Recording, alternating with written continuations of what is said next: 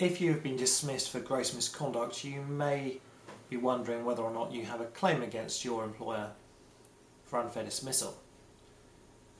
In this video blog, I'm going to cover two broad areas. Firstly, your employer's procedural obligations when dismissing somebody for gross misconduct, and secondly, the legal test as to whether or not their decision to dismiss you for gross misconduct was reasonable.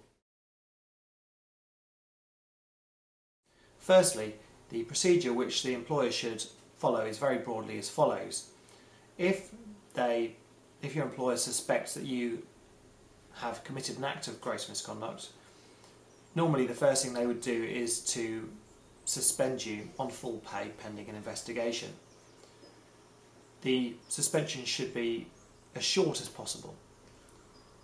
During your suspension, they will be entitled to speak to colleagues, look at the evidence which they have against you to support their belief that you are guilty of gross misconduct. They will frequently also ask you to attend an investigatory meeting in order that you can give your side of the story.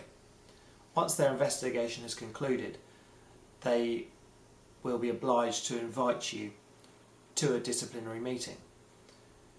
Prior to this meeting, they should write to you, inviting you to the meeting and setting out what, broadly speaking, the allegations are against you. They should also advise you in that letter of your statutory rights to be accompanied by a fellow colleague or a trade union member. During this disciplinary meeting, it is essential that your employer provides you with all of the evidence against you in order that you can properly defend yourself. In these circumstances, the principles of natural justice apply, which essentially means that the employee should be advised of the case against him in full and be given the opportunity to fully defend himself.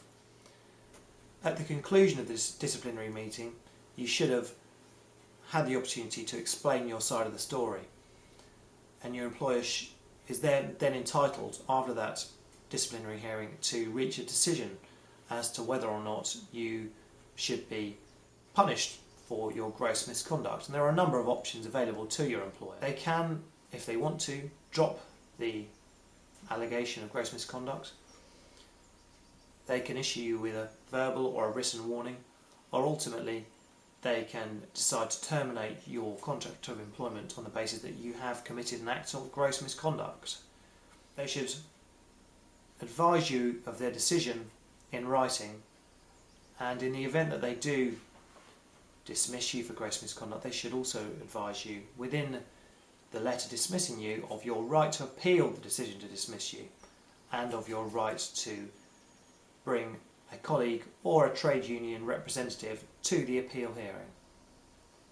That is, very broadly speaking, the procedure which an employer should go through prior to dismissing an employee for gross misconduct.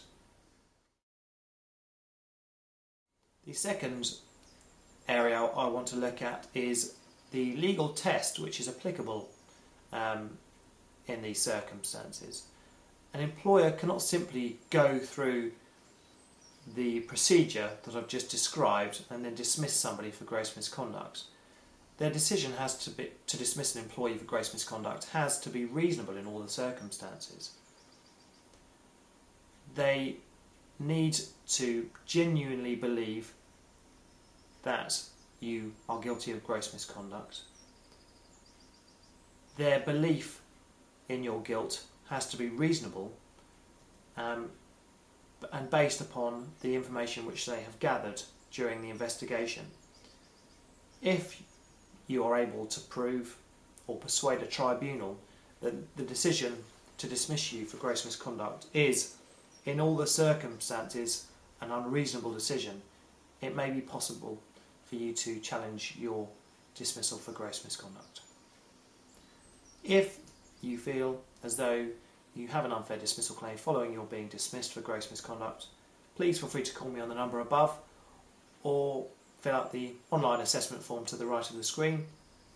I will then undertake a free assessment of your case, and in the event that I feel that you have a case which can be taken forward, I will offer to represent you on a no-win, no-fee basis.